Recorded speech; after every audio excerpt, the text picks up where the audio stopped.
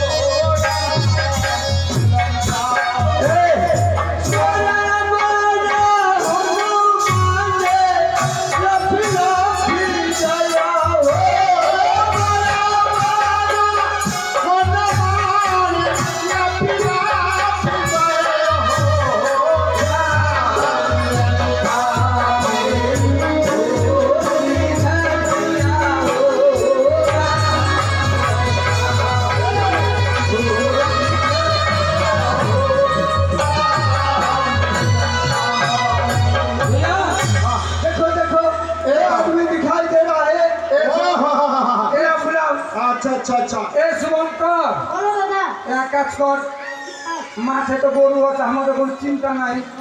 চলো যে মিষ্টি দোকান থেকে মিষ্টি খেয়ে আসবো চল ঘাটে চল ए भैया आहा अरे उन लोगों को बुलाओ अरे भैया अरे इनाबा तो नहीं समझ पाएगा क्या ए भैया अरे आवाज नहीं भाई अबे शुभंकर यार मने কোনো দিকে যাচ্ছে মনে ঘুরতে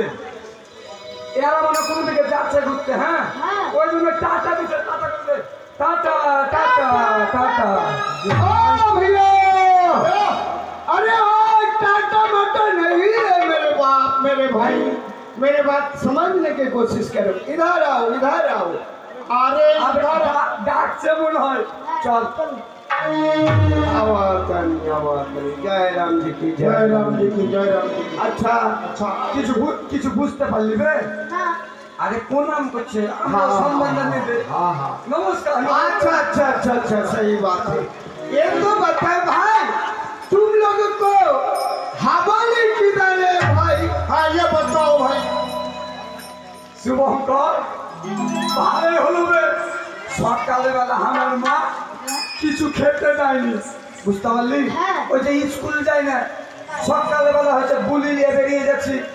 तो गुली खेलबो कখন स्कूल जाबो कখন खेते दानी मोड़ाई खावा दिबे हां करबे हां कर खाबी तो हां कर भैया ये कैसा बात मारे भारत माता मुझे कुछ नहीं आता मैं क्या करूं भाई तुम लोगों को बोला हवाले किधर है तुम लोगों हां कर दिया खाना खाएगा भैया खाना खाए